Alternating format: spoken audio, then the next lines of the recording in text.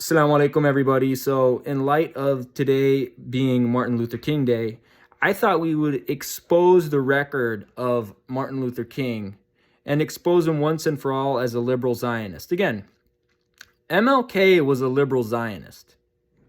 Make no two doubts about it.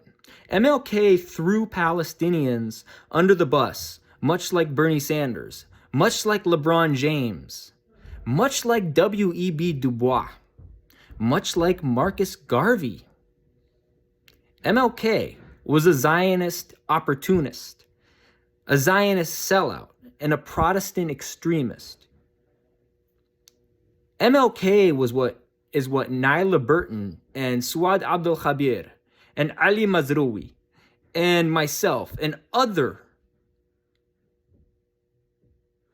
Muslims who have criticized Black Orientalism, who have criticized Black Islamophobia, who have criticized Black Zionism. MLK is someone who I would label as a Black Zionist, as a Black Orientalist, as a Black Islamophobe, because that's what he was. MLK was a two-stater. This is something that Mark Lamont Hill won't tell you. This is something that Jared Ball will make excuses about. This is something that Stephen Todd Burrows will make excuses about. MLK was a liberal Zionist. MLK was a two-stater. And there is no excuse for not having enough information. There is no excuse just because there wasn't enough information then. The right thing always is to support full Palestinian liberation. And I'm not saying this just as someone who is a Muslim. I'm saying this as someone who is part Palestinian.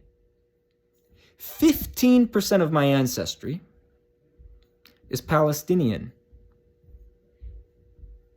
15% of my ancestry. I am part Palestinian. So for the Black community to whitewash the record of Martin Luther King, when Martin Luther King was a liberal Zionist. Martin Luther King was a liberal Zionist. That's what he was. We should not be celebrating Martin Luther King, and this is why I do not celebrate Martin Luther King. Also, Islamically, MLK Day is shirk, right? Not just because you're celebrating a Zionist, because it's not a Muslim holiday, right? MLK Day should not exist. Why? MLK, first of all, shirk. Second of all, MLK was a liberal Zionist. MLK was an Orientalist. MLK was an Islamophobe. That's what MLK was. That's what MLK was. And I'm not just saying this as a Muslim.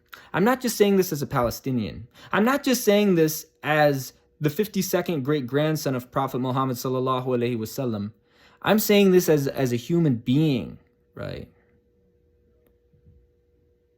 Mark Lamont Hill has a history of being a liberal Zionist academic and a grifter. Why do you think he frequently has Norman Finkelstein onto his show? Why? Because Mark Lamont Hill